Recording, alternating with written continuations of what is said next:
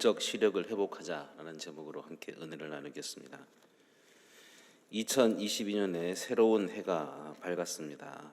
매년 새로운 해를 시작하며 우리는 많은 다짐을 하곤 합니다. 새해를 맞이해서 목표를 새롭게 하기도 하고 또 생활 습관을 바꿔보고자 새로운 도전을 시작하기도 합니다. 학생들은 학년이 바뀌고 나이가 한 살 더 먹게 되었다는 마음과 함께 새로운 마음으로 뭔가를 시작하기가 좋은 시기이기도 합니다. 이 모든 것들 가운데 무엇보다 우리는 1년 가운데 하나님께서 우리에게 허락하신 새로운 은혜를 기대할 수도 있습니다. 특별히 지난 2년간 코로나19의 영향으로 우리 모두는 어렵고도 어두운 그런 시간을 지나왔기 때문에 이번 올해만큼은 이 어려움을 떨쳐내고 회복의 기쁨을 누리기를 간절히 바라고 있습니다. 포스트 코로나, 위드 코로나의 전환기 그 가운데에서 분명 우리가 경험할 수 있는 하나님의 은혜가 있는 것으로 믿는 것입니다. 요즘 어린이들의 안경 착용 시기가 점점 어려지고 있습니다. 그만큼 눈이 빨리 나빠진다는 증거입니다. 몽골 사람들의 시력은 평균이 2.9라고 합니다. 그들 가운데는 시력이 5.0이오타인 사람도 간혹 있다고 합니다. 독수리의 시력은 30m 상공에서도 벽실을 발견할 수 있습니다. 그 독수리의 시력을 환산하면 5.0 정도가 된다고 합니다. 그렇지만 여러분, 눈에 보이는 것이 전부일까요? 아무리 시력이 5.0이라 할지라도 눈에 보이는 것만이 전부일까요? 오늘 본문에서도 이처럼 눈에 대한 말씀을 하고 있습니다. 하나님의 인도하심에 의해 이스라엘 백성들은 드디어 애굽에서 430년간 노예 생활에서 벗어나게 됩니다. 그리고 이제 약속의 땅 가나안을 향해 나아갑니다. 가는 도중에 하나님께서 한 곳에 장막을 치게 하시는데 그곳이 바로 홍해 앞이었습니다. 이스라엘 백성이 애굽에서 항오를 지어서 승리한 군사처럼 당당하게 그곳을 걸어 나올 때 모든 것이 다 된 것처럼 생각하기가 쉬웠습니다. 이처럼 당당한 군사들의 모습이 세상에 어디 또 있을까요? 애굽의 바로를 굴복시키고 그의 모든 백성들이 보는 앞에서 열을 지어서 나오는 군대는 바로 어린 양의 피로 구속을 받은 하나님의 백성들입니다. 당시 이스라엘 백성들의 사기는 너무너무 충천에 있어서 무엇이든지 다 할 수 있을 것만 같았습니다. 그러나 실제로 전혀 그렇지 않다는 것을 하나님은 잘 알고 계셨습니다. 애굽에서 종노릇하고 있을 때나 애굽을 탈출하고 있는 지금이나 그들의 생각과 가치관은 별로 달라진 것이 없다는 것을 하나님은 잘 알고 계십니다. 그래서 하나님은 이스라엘 백성들을 블레셋 사람들이 있는 지름길로 인도하시지 않았습니다. 그렇다고 해서 시내산에 있는 광야 쪽으로 인도하지도 않았습니다. 오히려 그들이 오던 길을 되돌아가게 하셨습니다. 2절을 보시기 바랍니다. 이스라엘 자손에게 명령하여 돌이켜 바다와 믹돌 사이에 비하히롯 앞 곧 바알스본 맞은편 바닷가에 장막을 치게 하라. 애굽을 한번 떠났으면 빨리 해변 대로를 따라 가나안 땅으로 가게 하든지 아니면 시내산 쪽을 바라보고 남동쪽으로 내려가든지 해야 할 것 같은데, 그런데 이스라엘 백성들은 지금 가던 길을 돌이켜서 마치 길을 잃어버린 사람들처럼 방황하고 있습니다. 하나님은 웬일인지 양쪽에는 두 산이 있고 반대쪽에는 바다가 가로놓여 있는 그런 쪽으로 이스라엘 백성들을 인도하셨습니다. 이것은 도대체 전술이라고는 전혀 모르는 그런 사람의 인도라고 말할 수밖에 없습니다. 마치 도간에 든 쥐와 같은 꼴을 스스로 택해버린 것입니다. 그러나 하나님은 모세에게 무엇이라고 말씀하십니까? 3절과 4절을 보시기 바랍니다. 바로가 이스라엘 자손에 대하여 말하기를 그들이 그 땅에서 멀리 떠나 광야에 갇힌 바 되었다 하리라. 내가 바로의 마음을 완악하게 한즉 바로가 그들의 뒤를 따르리니 내가 그와 그의 온 군대로 말미암아 영광을 얻어 애굽 사람들이 나를 여호와인 줄 알게 하리라 하시며 무리가 그대로 행하니라. 그 땅에서 멀리 떠나 광야에서 갇힌 바 되었다고 말씀합니다. 가던 길에서 방향을 틀었다는 뜻입니다. 이스라엘 백성들이 계속 잘 나갔으면 바로 왕도 어떻게 손을 쓸 수가 없었을 것입니다. 그러나 힘차게 출애굽할 때와는 달리 길을 잃고 방황하는 모습을 보일 때 바로 왕은 결코 가만히 있지 않았습니다. 바로 왕의 마음이 변화해서 내가 왜 그들을 보냈던가 후회하면서 이스라엘 백성들을 추격하라고 명령합니다. 장막을 치고 해방의 기쁨을 만끽하며 여유를 부리며 쉬고 있던 이스라엘 백성들의 눈에 갑자기 애굽 군사들이 들어왔습니다. 보였습니다. 그것도 엄청난 군대가 몰려오는 것이 보였습니다. 앞에는 홍해요, 뒤에는 애굽 군대입니다. 이런 상황을 가리켜서 뭐라고 합니까? 진퇴양난이라고 합니다. 이에 온 이스라엘 백성들은 심히 두려워하여 모세를 원망합니다. 오늘 본문은 이스라엘 백성들이 애굽 군대가 추격해 오는 것을 보고 나타낸 반응을 아주 생생하게 묘사해 주고 있습니다. 11절과 12절을 보시기 바랍니다. 그들이 또 모세에게 이르되 애굽에 매장지가 없어서 당신이 우리를 이끌어내어 이 광야에서 죽게 하느냐 어찌하여 당신이 우리를 애굽에서 이끌어내어 우리에게 같이 하느냐 우리가 애굽에서 당신에게 이른 말 이것이 아니냐 이르기를 우리를 내버려 두라 우리가 애굽 사람을 섬길 것이라 하지 아니하더냐 애굽 사람을 섬기는 것이 광야에서 죽는 것보다 낫겠노라. 성도 여러분, 이스라엘 백성들의 말이 맞습니까? 지금 상황에서 합리적으로 본다면 이스라엘 백성들의 말은 하나도 틀린 것이 없습니다. 사실 그대로 있는 사실을 그대로 말한 것입니다. 그러므로 누구라도 거기에 대해 뭐라고 할 수가 없습니다. 그들은 자신이 할 수 있는 가장 악한 말을 하나님 앞에서 모세에게 쏟아냈습니다.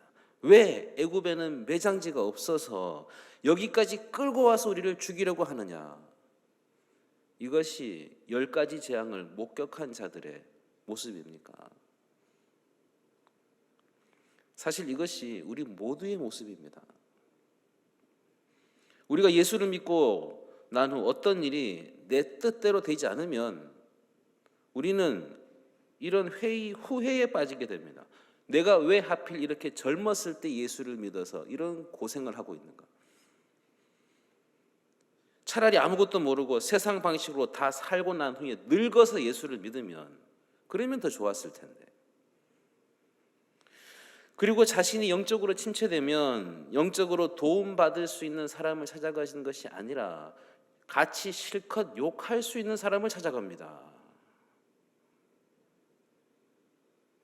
이것은 우리 모두의 모습이고 경험입니다. 하지만 이 모든 말이 하나님을 얼마나 가슴 아프게 하는 말일까요? 성경에 이처럼 생생하게 기록된 것을 보면 영원히 하나님의 가슴 속에 이 아픈 말들이 새겨져 있는 것입니다. 좀 다르게 말할 수도 있었을 텐데. 그런데 이스라엘 백성들은 그들이 할 수 있는 가장 악한 말을 쏟아냈습니다. 다르게 말할 수도 있었을 텐데. 이들을 과연 구원받은 백성이라고 말할 수 있을까요? 다르게 말할 수 있었을 텐데. 우리 역시와 같은 모습입니다. 우리가 구원받은 기쁨을 노래한 후에 절망과 좌절에 빠졌던 적이 얼마나 많이 있습니까? 우리가 구원받았음에도 불구하고 여전히 우리 본성이 바뀌지 않는 것을 종종 보게 됩니다. 교회에 천사들만 모여 있다고 생각하지 마십시오. 바로 이런 자들의 모임이 교회입니다. 정말 하나님의 은혜가 아니라면 우리 중 어느 누구도 구원받을 수가 없습니다. 우리 가운데 구원받을 수 있는 자격을 가진 사람은 아무도 없습니다. 하나님은 이것을 가르쳐 주기 위해 우리를 답답한 지경으로 몰아 넣으십니다. 그런데 이러한 이스라엘 백성들의 말에 대한 모세의 말은 달랐습니다. 13절과 14절을 보겠습니다. 모세가 백성에게 이르되 너희는 두려워하지 말고 가만히 서서 여호와께서 오늘 너희를 위하여 행하시는 구원을 보라. 너희가 오늘 본 애굽 사람을 영원히 다시 보지 아니하리라. 여호와께서 너희를 위하여 싸우시리니 너희는 가만히 있을지니라. 이렇게 분노하는 이스라엘 백성 앞에서 모세가 보인 자세는 정말 훌륭합니다. 이스라엘 백성들과 모세와의 차이점이 무엇입니까? 이스라엘 백성과 모세와의 다른 점이 무엇입니까? 보는 눈이 다릅니다. 상황을 보는 관점이 다릅니다. 똑같은 사실을 놓고도 보는 믿음이 다르다는 사실입니다. 모세가 뒤에서 추격하는 애국 군대와 앞에서 소리 지르고 욕하는 이스라엘 백성들 앞에서 어떻게 이런 믿음의 자세를 견지할 수가 있었을까요? 10절 말씀을 보시면 이스라엘 백성들은 바로와 그의 군대를 보았다고 합니다. 역시 모세도 똑같이 보지 않았을까요? 그런데 이스라엘 백성들은 거기까지입니다. 그 이상을 보지 못했습니다. 그런데 13절을 보면 모세는 이스라엘 백성들이 못 보는 한 가지를 더 보고 있습니다. 하나님을 본 것입니다. 일하시는 하나님을 본 것입니다. 성경에 뭐라고 표현되어 있습니까? 오늘 너희를 위하여 행하시는 구원을 보라. 하나님께서 이스라엘을 위해 지금 두려워하고 있는 이스라엘 사신만 보고 있고 환경만 보고 있고 하나님을 보지 못하는 그 이스라엘을 위하여 행하시는 그 구원을 보라고 말씀하고 있습니다. 사랑하는 여러분, 하나님을 보시기를 간절히 바랍니다. 어떠한 상황에서도 하나님만 바라보시기를 바랍니다. 지금 눈앞에 펼쳐진 문제들이 있고 도저히 내가 감당하기 힘든 직장의 문제, 또 물질의 문제, 사업의 문제, 건강의 문제, 자녀의 문제, 가정의 문제, 그런 것들이 내 앞에 놓여 있다 할지라도 여러분의 시선을 거기에서 돌이켜서 하나님을 바라보시기를 바랍니다. 지금도 일하시는 하나님을 바라볼 때 구원이 있습니다. 여전히 내 삶 가운데 역사하시는 하나님을 볼 때 문제의 해답이 들어 있습니다. 그러면 모세가 어떻게 하나님만 바라볼 수 있었고 담대히 말할 수 있었을까요? 어려운 환경, 진퇴양난의 상황을 똑같이 보았는데 어떻게 모세는 백성들과 다르게 말할 수 있었을까요? 이것은 하나님을 바라보는 것보다 더 근본적인 문제를 말하는데 하나님과의 관계를 말하는 것입니다. 이런 경우에 어김없이 하나님께서 큰 구원을 베푸신다는 것을 모세는 체험했기 때문입니다. 여러분, 하나님과 친밀하십니까? 하나님이 가깝게 느껴지십니까? 다윗처럼 나의 하나님이라고 고백되어지십니까? 도마처럼 나의 주, 나의 하나님이라고 고백될 수 있습니까? 하나님과 얼마나 영적 교제가 있으십니까? 이것은 매일 매 순간 얼마나 내가 하나님의 세밀한 음성을 들으며 주님과 가까이 하느냐의 문제입니다. 오늘 말씀 2절에서 4절을 다시 자세히 보시면 하나님께서 이미 모세에게 모든 계획을 말씀해 주셨습니다. 늘 하나님과 영적 교제를 하고 대화를 나누던 모세는 이미 모든 사건의 전후 사정을 하나님께로부터 다 들었기 때문에 담대할 수 있었고 그저 하나님만 바라볼 수 있었고 그리고 평안할 수가 있었습니다. 하나님의 말씀대로 바로의 군대가 물밀듯 추격해오자 이스라엘 백성들의 반응은 원망일색이었습니다. 하지만 장막을 치는 장소도 하나님이 그곳에 정하게 하셨고 바로가 이스라엘이 광야에 갇혔다라고 생각하게 하신 것도 하나님이셨습니다. 그런데 이 모든 것을 하나님께서 모세에게 알려주셨습니다. 15절에서 18절 말씀 보시기 바랍니다. 여호와께서 모세에게 이르시되 너는 어찌하여 내게 부르짖느냐. 이스라엘 자손에게 명령하여 앞으로 나가게 하고 지팡이를 들고 손을 바다 위로 내밀어 그것이 갈라지게 하라. 이스라엘 자손이 바다 가운데서 마른 땅으로 행하리라.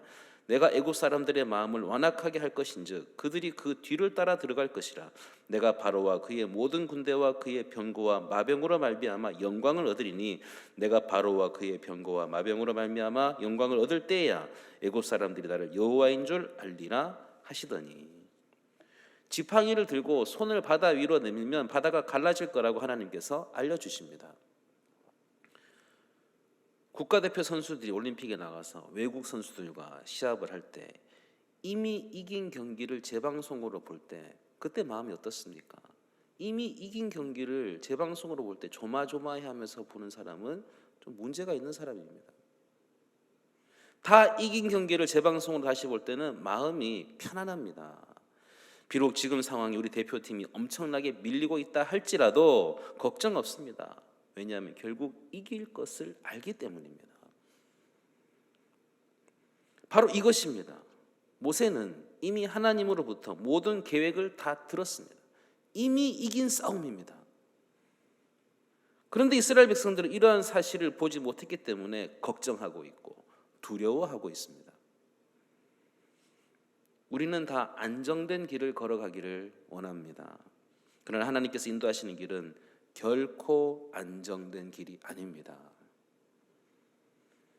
남이 다 예측할 수 있는 평안한 길을 걸어간다는 것은 적어도 우리 예수 믿는 사람에게는 없는 것 같습니다.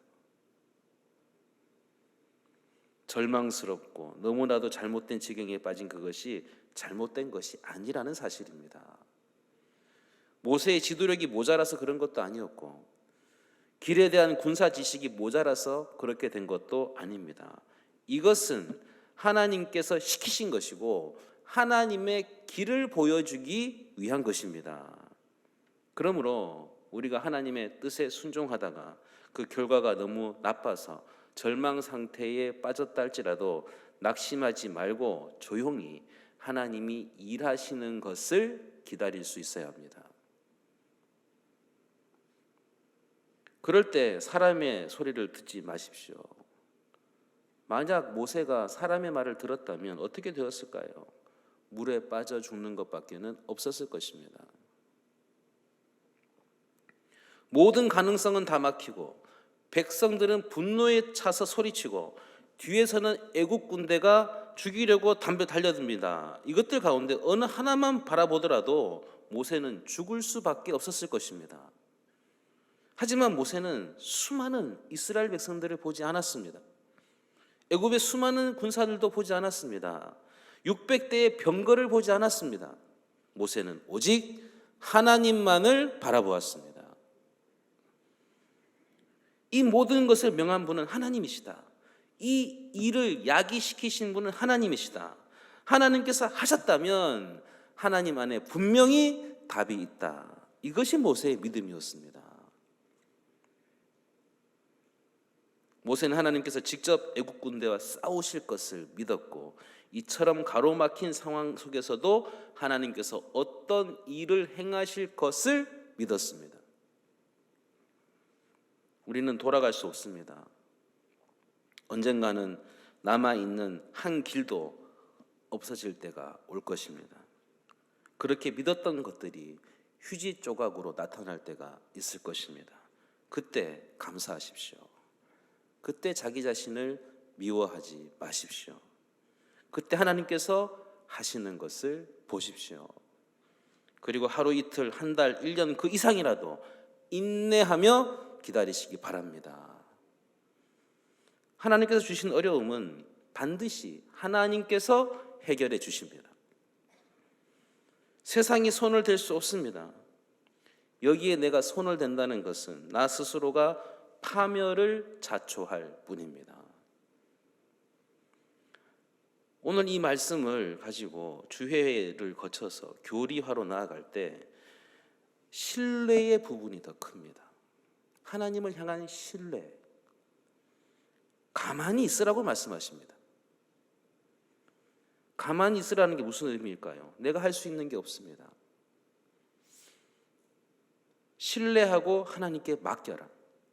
맡긴다는 것은 내가 안식하는 것입니다.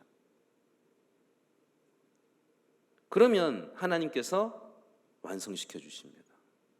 하나님께서 일하여 주십니다. 순종은 내가 움직이는 부분이 많다면 신뢰는 하나님이 움직이시는 부분입니다.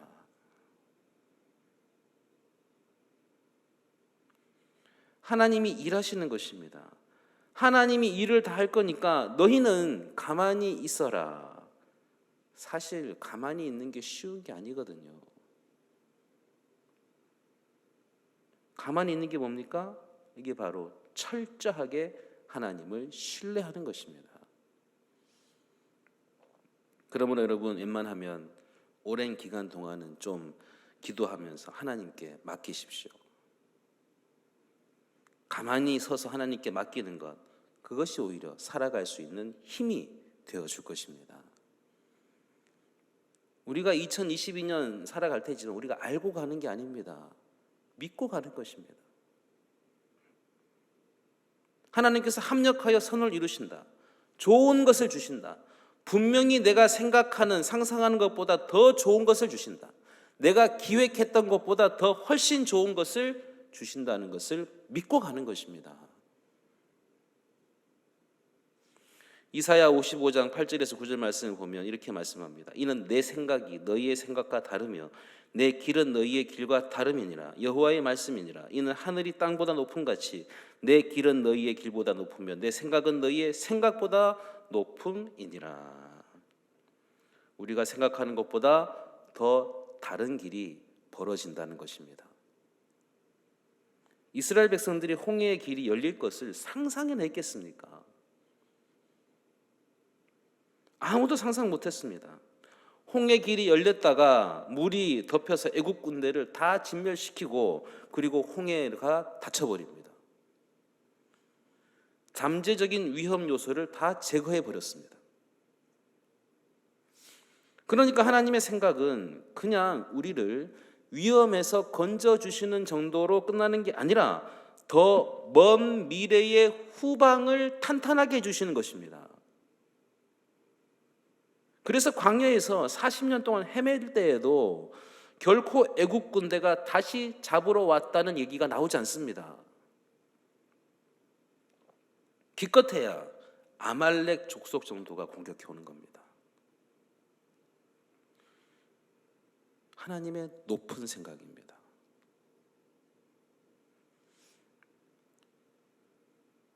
광야를 행군해 나가는데 뒤쪽에서 어려워지면 앞으로 전진해 나가기가 힘듭니다. 앞만 보고 나가야 되는데 뒤에서 누가 괴롭히면 앞을 향해 나아갈 수가 없습니다. 그래서 하나님께서 이스라엘 백성들에게 내가 뒤는 처리해 줄게. 너희는 앞으로 가기만 하라고 그렇게 말씀하십니다. 그래서 하나님은 정상적인 길로 윗길로 가지 않고 바닷길로 인도하셨습니다. 이렇게 홍해의 바닷길로 인도하시는 것은 이스라엘 백성들을 홍해로 건너가게 하신다는 것도 있지만 이보다 더 큰 의도는 애굽의 군대를 전멸시키시려고 이쪽으로 인도해 주신 것입니다. 그래서 하나님의 구원은 우리의 상상을 넘어서는 것입니다. 여러분 오늘 이 시간에 기도하는 가운데 스스로 상상하는 부분들이 있을 것입니다. 올해 나에게 어떤 일이 벌어질까 상상하고 기도하겠지만 아마 여러분 연말이 되어 가면 하나도 맞지 않는 게 있을지도 모릅니다. 왜 그런가 하면 분명히 여러분의 인생 가운데 내가 연초에 상상했던 것들이 예측 가능했던 것들이 연말이 되면 맞는 게 없는 것을 발견하게 될 것입니다. 분명히 내가 상상하지 못했던 홍해길이 열려 있고 상상도 못했던 부수적인 것들이 여러분 사실은 이 부수적인 것들이 내가 생각할 때는 부수적인 것들이 하나님께는 그게 메인입니다.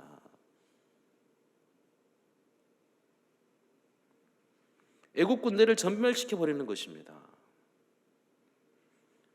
잠재적인 위협을 다 제거해 버리시는 것, 하나님은 우리를 그렇게 인도해 주십니다.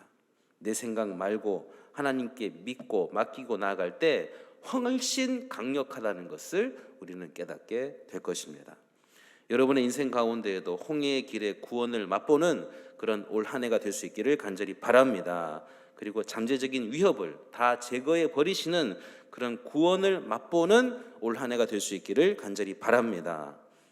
21절과 22절을 보겠습니다. 모세가 바다 위로 손을 내밀매 여호와께서 큰 동풍이 밤새도록 바닷물을 물러가게 하시니 물이 갈라져 바다가 마른 땅이 된지라. 이스라엘 자손이 바다 가운데를 육지를 걸어가고 물은 그들의 좌우에 벽이 되니. 바닷물이 한꺼번에 쫙 갈라지지 않습니다.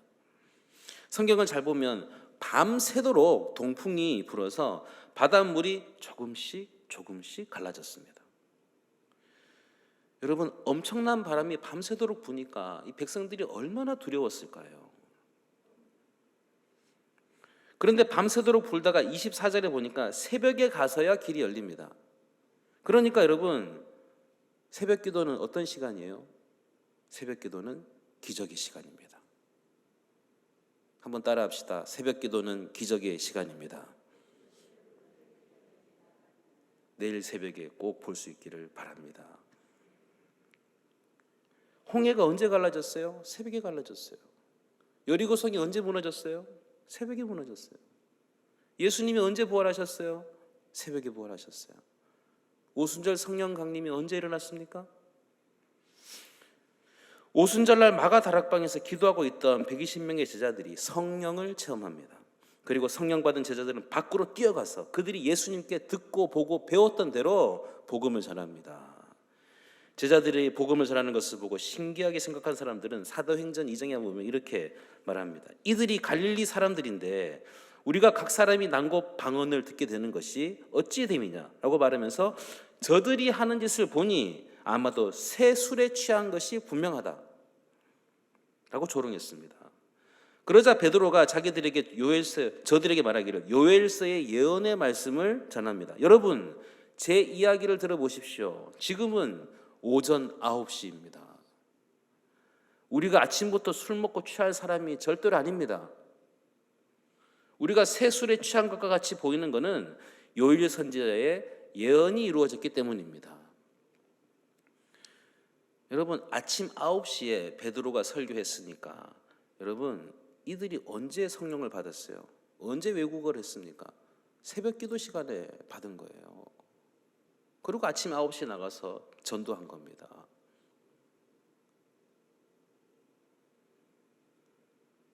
다 새벽에 일어난 일입니다.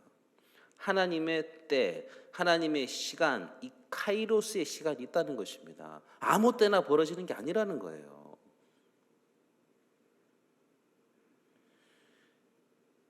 다시 말해서 새벽 시간이 훨씬 더 하나님이 강력하게 역사하시는 시간입니다. 새벽에 성전에 나와서 기도하고 하나님께 맡기면 하나님께서 내가 상상하지도 못했던 제3의 길을 열어주시는 것을 발견하게 될 것입니다. 여러분의 삶 가운데에도 내가 상상하지 못했던, 내가 모르는 홍해길이 열리는 그런 축복이 함께할 수 있기를 간절히 바랍니다. 27절과 28절을 보겠습니다. 모세가 곧 손을 바다 위로 내밀매 새벽이 되어 바다의 힘이 회복된지라. 애굽 사람들이 물을 거슬러 도망하나 여호와께서 애굽 사람들을 바다 가운데 엎으시니 물이 다시 흘러 병거들과 기병들을 덮되 그들의 뒤를 따라 바다에 들어간 바도의 군대를 다 덮으니 하나도 남지 아니하였더라. 여러분, 지금 이 애굽 군대가 얼마나 무서운 군대입니까? 독이 바짝 올라 있습니다. 자기 집에 큰아들이 죽임당한 아비들의 추격입니다. 여러분 집에 만약에 큰아들이 하나 죽었다고 하면, 그래서 여러분이 누군가에게 복수를 한다고 한다면 그 사람이 평생 얼마나 그 범인이 불안할까요?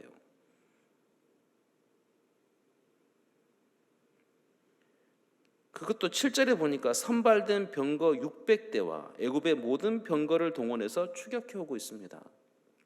그런데 하나님이 그것들을 완전히 제거해 버리시고 이후에 애굽 군대가 이스라엘을 추격해 왔다는 얘기가 나오지 않도록 만드십니다. 그 강대국을 침몰시키시는 것, 하나님은 이것까지도 생각하십니다. 이것이 바로 구원입니다. 이렇게 하나님 인도하심으로 인해 게임은 끝났습니다. 전쟁은 이스라엘의 승리로 끝났습니다. 28절에 보면 애국 군대는 하나도 남지 않는 완성을 거두었습니다. 그리고 그 다음이 중요합니다. 30절 31절을 보시기 바랍니다. 그날에 여호와께서 이같이 이스라엘 애굽 사람의 손에서 구원하시매 이스라엘이 바닷가에서 애굽 사람들이 죽어 있는 것을 보았더라. 이스라엘이 여호와께서 애굽 사람들이 행하신 그 큰 능력을 보았으므로 백성이 여호와를 경외하며 여호와 그의 종 모세를 믿었더라. 여기 반복되는 단어가 보이십니까? 30절 끝에 보았더라. 또 31절 중간에 보았으므로입니다. 이스라엘 백성들은 애굽 사람들이 죽어 있는 것을 보았고 애굽 사람들을 향해 행하신 하나님의 큰 능력을 보았습니다. 그리고 이러한 체험으로 인해 백성들이 여호와를 경외하며 여호와와 그의 종 모세를 믿었다고 말합니다. 처음에는 애국 군대만 보았었는데, 처음에는 현상밖에는 보지 못했는데, 사실밖에는 보지 못했는데, 볼 줄 몰랐는데 이제 하나님의 일하심을 보게 된 것입니다. 하나님이 살아계셔서 일하시는 것을 체험하게 되었습니다. 사랑하는 여러분, 하나님은 살아계십니다. 지금도 하나님은 살아계셔서 우리 삶의 현장에서 일하고 계십니다. 그러므로 믿음의 눈을 크게 뜨십시오. 지금도 우리의 눈앞에 출애굽 당시처럼 도저히 감당할 수 없는 현실의 문제가 펼쳐질 것입니다. 그런데 그것을 어떻게 보느냐, 어떤 눈으로 보느냐에 따라 달라집니다. 또 그렇게 바라볼 수 있는 눈은 하나님과의 친밀함에서 나옵니다. 2022년 하나님 앞에서 신앙생활하면서 여러분의 인생도 스타트업 할 수 있기를 바랍니다. 우리 삶의 이전과 이후가 완전히 달라지는, 새롭게 시작하고 업되는 스타트업 할 수 있는 하나님의 백성들이 될 수 있기를 간절히 바랍니다. 2022년에 여러분 앞에 펼쳐져 있는 문제들, 그 수많은 문제들 가운데 여러분 구원받기를 원하십니까? 그러면 첫째, 하나님을 바라보십시오. 둘째, 하나님과 더욱더 친밀해지시기를 바랍니다. 하나님과의 친밀함을 통해 믿음의 눈을 크게 뜨고 영적인 시력이 더 좋아져서 하나님의 약속을 믿고 2022년 담대하게 믿음의 발걸음을 걸어가시는 꽃동산의 가족들이 되시기를 예수님의 이름으로 간절히 축원합니다.